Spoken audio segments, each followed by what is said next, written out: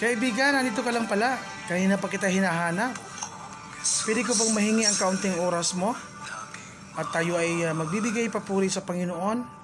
Tayo po'y humingi sa Kanya ng kapatawaran sa ating mga kasalanan. Sige po, simulan na po natin.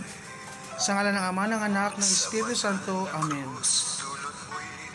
Panginoon ko, nandito po kami ngayon sa inyong harapan upang hingiin po namin sa inyo ang inyong pagmamahal. Panginoon, maraming salamat po sa walang sawa niyo pong pagmamahal sa amin.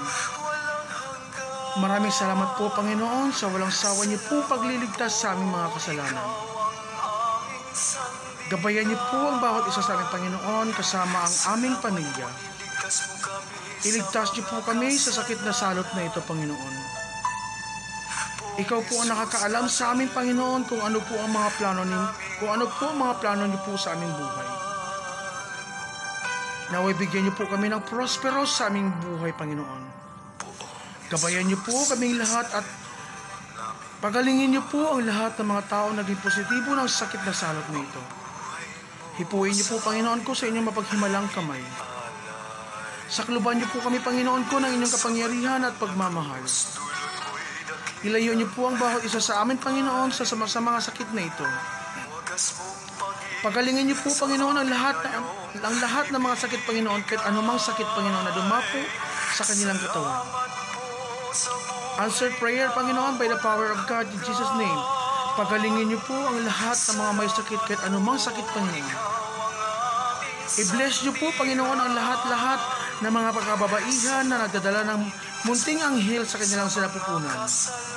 Naway sa takdang oras at sa takdang araw ng kanilang pagbibigay anghel, Panginoon, naway hipuin niyo po ang kanilang tiyan at magiging normal po ang kanilang pagdi-deliver at pagbibigay ng munting anghel na nanggaling sa inyo. Panginoon ko, gabayan niyo po silang lahat, Panginoon ko, kasama ang kanilang pamilya. Naway hindi niyo po papahirapan ang mga kababaihan na may dalang munting anghel sa kanilang sinapupunan. Panginoon, maraming salamat po sa mga biyayang ipinagkaloob niyo po sa amin. Sa araw-araw, Panginoon, sa aming mga gawain. Naway gabayan niyo po ako, Panginoon, sa aking mga adhikain at layunin at patuloy-tuloy ko pa rin po, Panginoon, ang aking advocacy. Maraming salamat, Panginoon, sa larangan na ipinagkaloob niyo po sa akin. Itong advokasiyang ito ay lubos ko pong pinagpapasalamatan sa inyo, Panginoon, para po ito sa aking mga kababayan at sa mga taong nangangailangan ng tulong. Panginoon ko, ikaw lang po ang aming pinupuri. Ikaw lang po ang aming buhay. Ikaw lang po ang nagmamay-ari ng aming buhay. Muli ko pong binabalik sa inyo, Panginoon, ang aking sarili.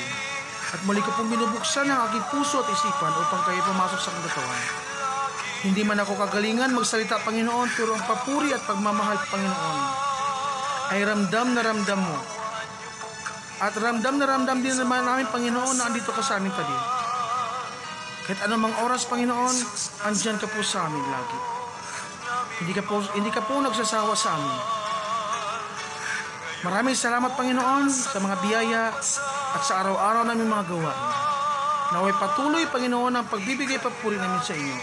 Naway hindi kami papatalo sa mga demonyo. Naway maging strong ang aming faith sa inyo, Panginoon.